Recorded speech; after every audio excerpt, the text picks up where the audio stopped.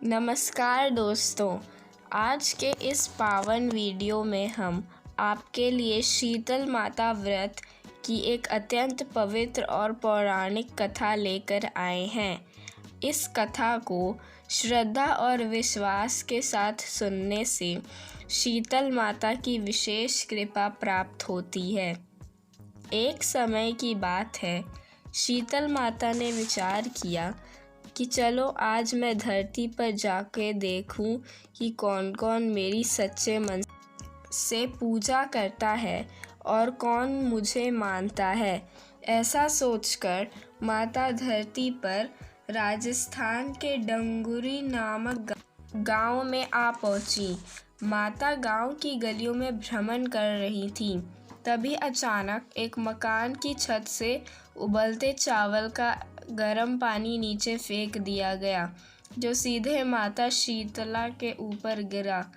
उस गर्म पानी से माता के शरीर पर फफोले पड़ गए और उनका शरीर जलने लगा। माता पीड़ा में इधर उधर घूमते हुए कहने लगी, अरे मेरा शरीर जल रहा है, कोई मेरी सहायता करो।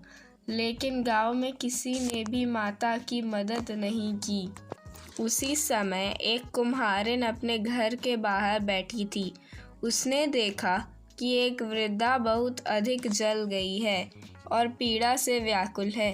कुम्हारिन को दया आ गई। वह बोली, माँ आप यहीं बैठिए, मैं आपके शरीर पर ठंडा पानी डालती हूँ। कुम्हारिन ने लोटे से माता पर ठंडा पानी डाला और फिर कहा, माँ मेरे घर में रात की बनी हुई ठंडी रबड़ी और दही है, आप उसे ग्रहण कर लीजिए। जब माता ने ठंडी रबड़ी और दही का सेवन किया तो उनके शरीर को शांति और ठंडक मिली। इसके बाद माता ने कहा, बेटी जरा मेरे सिर के जुएं देख देना। जब कुम्हारिन माता के सिर में जुएं देखने लगी तो उसने माता के सिर के पीछे एक दिव्य नेत्र देखा। यह देखकर वह डर गई और भागने लगी। तभी माता बोली, रुक बेटी, मैं कोई भूत प्रेत नहीं हूँ, मैं स्वयं शीतल देवी हूँ। इतना कहकर माता ने अपना दिव्य स्वरूप प्रकट किया।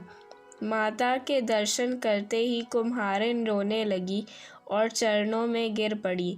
माता ने पूछा, बेटी तू क्यों रो रही है? कुम्हारिन हाथ जोड़कर बोली, माँ मेरे घर में चारों ओर दरिद्रता है।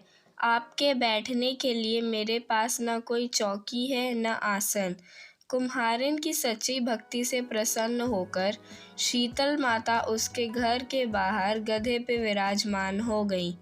एक हाथ में झाड़ू और दूसरे हाथ में डलिया लेकर माता ने उसके घर की सारी दरिद्रता झाड़ू से समेटकर डलिया में भर दी और उसे दूर फेंक दिया।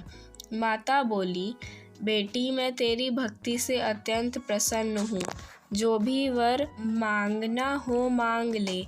कुम्हारिन ने विनम्रता से कहा, माँ आप इसी गांव में विराजमान रहिए। जैसे आपने मेरे घर की दरिद्रता दूर की है, वैसे ही जो भी व्यक्ति फागुन मास की अष्टमी को श्रद्धा से आपकी पूजा करे, आपको ठंडा जल और ठंडा भोग अर्पित करे, उसके घर की दरिद्रता आप स्वयं दूर करें।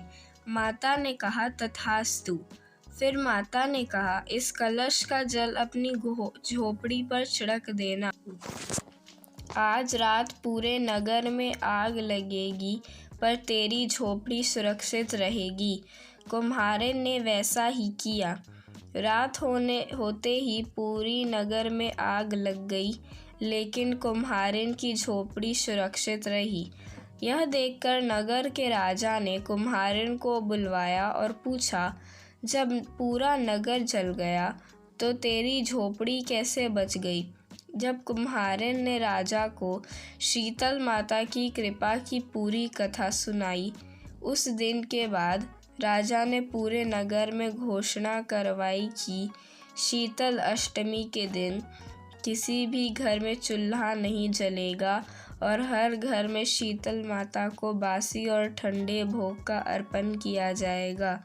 जैसी कृपा शीतल माता ने उस कुम्हारिन पर की, वैसी ही कृपा वे इस कथा को श्रद्धा से सुनने, कहने और मानने वाले सभी भक्तों पर करें। जय शीतल माता।